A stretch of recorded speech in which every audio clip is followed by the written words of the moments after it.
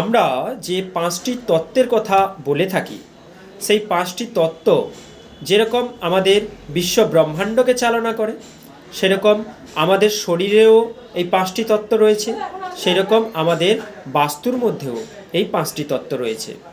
এই পাঁচটি তত্ত্ব কি কি? অগ্নি, পৃথ্বী, বায়ু, জল এবং আকাশতত্ত্ব।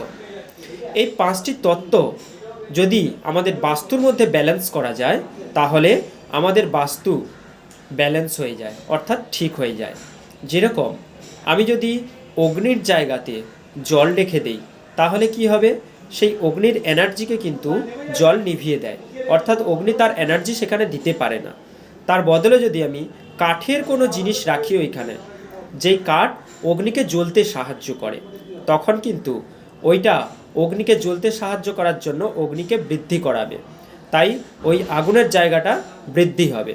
এইভাবে আমরা বাস্তুর মধ্যে সমস্ত এই যে পাঁচটি তত্ত্ব রয়েছে, এই তত্ত্বকে ব্যালেন্স করতে পারি, তখন কিন্তু এই বাস্তু কিন্তু আমাদের ঠিক হয়ে যায়।